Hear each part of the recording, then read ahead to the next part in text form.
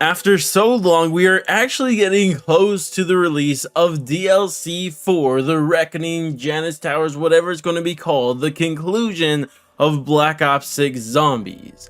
With its expected release date of August 7th, we are now less than a month away from its release date. And with that, I thought it'd be fun to just go over a wish list on what I personally want to see out of this final map. Now, as always, I'd love to hear your guys' wish list too. Head down in the comment section, let me know what you want to see out of this map. And also, while you're down there, I'd appreciate if you guys dropped a like and subscribe. But with that said, let's get into this DLC for wish list. Now, at the top of my list, what I want to see is a super Easter egg. Treyarch has been very poor at doing super Easter eggs in the past, and this is finally the time to get it right. And I know a lot of people, when they think of a super Easter egg, they think of the rewards, and that's fine. And if you want to see some crazy Infinite Warfare zombie style rewards where you get all the perks permanently, 25,000 points when you spawn in, and the mystery box having all the guns pack bunch in it already, like, that's fine. Personally, I don't think the rewards need to go that crazy, but as long as the rewards aren't lame like Cold Wars or Black Ops 3's, I think that we're going to be in a good place. But what I'm more focused on is the actual super Easter egg part of all of this, because obviously I think there should be a super Easter egg boss fight that is super difficult and crazy and also gives us an alternate ending, or maybe not an alternate ending, but another ending to the story. But what's more important to me is how they actually handle the Easter egg part of this, because I think there should be actual Easter egg steps, because even in Infinite Warfare they didn't really have super Easter egg steps. You just redid the same old Easter eggs again with directed mode.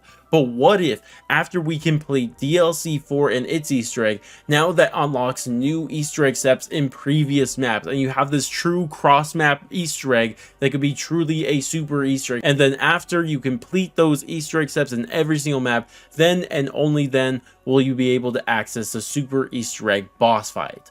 Personally, I think that would be so freaking cool, and that's what they should do, and potentially this could finally be the thing to one-up Infinite Warfare super Easter egg, because nothing's ever come close to that, and it would be nice to see at least something at least get close to it, and hopefully even one-up it. But I guess we shall wait and see, because at the same time, this is Treyarch we're talking about, and they've always been terrible at rewards and super Easter eggs, but hopefully this is finally the time they get it right. Now, the second thing I want to see, and this one's pretty easy, I want to see an intro cutscene, because we didn't get one for like any of the maps except Citadel de Mor, or any of the DLC maps I should say, which is kind of awkward. I don't understand why we're not getting intro cutscenes. Like, they don't have to be some high quality crazy things like we saw with Citadel and Terminus. Like, you could go back and make them simple, like even the cartoony ones like we saw in the Rise and the Rocket maps, like that. Like, at least something to set up the story for this map. But so far we haven't had any, except for Citadel, like I said, for the DLC season, and I think we need to see one at least for DLC 4, right? Another thing on my wish list is that I do want to see this map be more catered towards the hardcore audience. And I mean that because think about it, at this point, like, who's really playing zombies in Black Ops 6? Like, you're towards the end of the season, like, most of the casual players have already got what they got out of zombies, and that's fine, they're playing something else. But now it's mainly just the hardcore players still playing, and they should reward us hardcore players for sticking around so long, so they should build this map around the hardcore players. And what I mean is just make the map a bit more, I don't know, complicated is the right word, but just more similar to like Origins, right? Where everything is just around the Easter egg, surrounds it, the Wonder Weapons Easter egg, like, it's all tied together every time you're doing it. Maybe make the power system just like something like the hardcore players want, because like I said, every single map in this game already has been more catered towards, well, I wouldn't say it's a casual game, it's like Cold War style, but it's more of like every map so far it's kind of felt the same, and like they're more of the Rise and Rocket level, right? They're supposed to be that it's accessible to both a casual player, but also there's stuff for the hardcore players.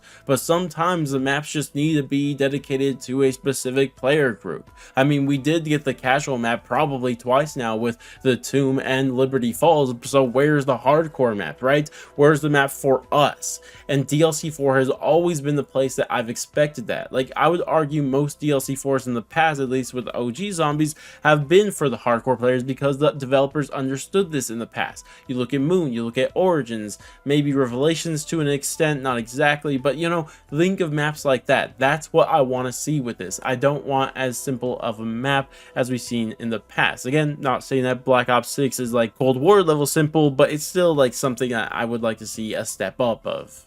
Now our next one, and this is kind of like what not to do instead of actually something I wish to see in it, but this is, I don't want to see any reused wonder weapons or really anything reused almost at all, especially even quotes and character lines that has happened in the past. I don't want to see that with this map. DLC 4 is supposed to be grand. It's supposed to be a climax of a story. We cannot see some things that don't feel like a climax. And don't get me wrong, it's not like I'm entirely against reusing stuff from the past, like that works. In fact, I think Shattered Veil is the best map in the game currently that had reused wonder weapons, but this is DLC 4. This is grand. It's supposed to be epic, and when you're reusing stuff, it's not going to be that way. Especially with a map like this DLC 4 that's expected to take place at Janus Towers, or we know it's taking place at Janus Towers. Like, the location already, I feel like, is not really grand and climax filling, so you're going to have to make up for that through the gameplay itself, and one way not to do that is by doing reuse stuff, especially with the rumor that we're getting potentially a reuse Cerberus from Mauer or Toten. Like, bro, nobody wants to see that. Don't get me wrong, I actually love the Cerberus, one of the most underrated wonder weapons of all time, but that's not what we need for a DLC 4. We need something grand, we need something epic. That's what we need for this final map, and that's exactly why we should not see any reuse stuff for the most part.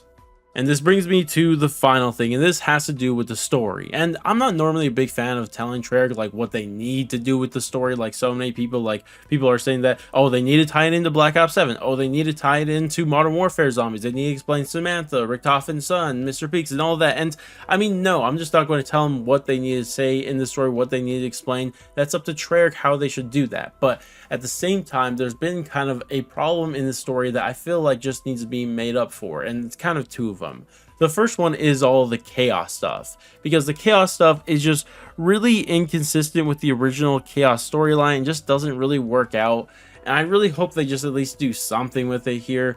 Rather, they just need to wrap it up and toss it out because it's just not working, and I don't like what they're doing with it currently because it's just not consistent, like I said, with the original chaos storyline. Or they need to start making it consistent. One of the two have to happen in this story, because right now I do not like how they've been handling the chaos tie-in, and I think it's been done a pretty poor job, and it just feels like a lack of care for that original chaos story, which if you don't care for it, I don't know why they tied it in to begin with, but whatever.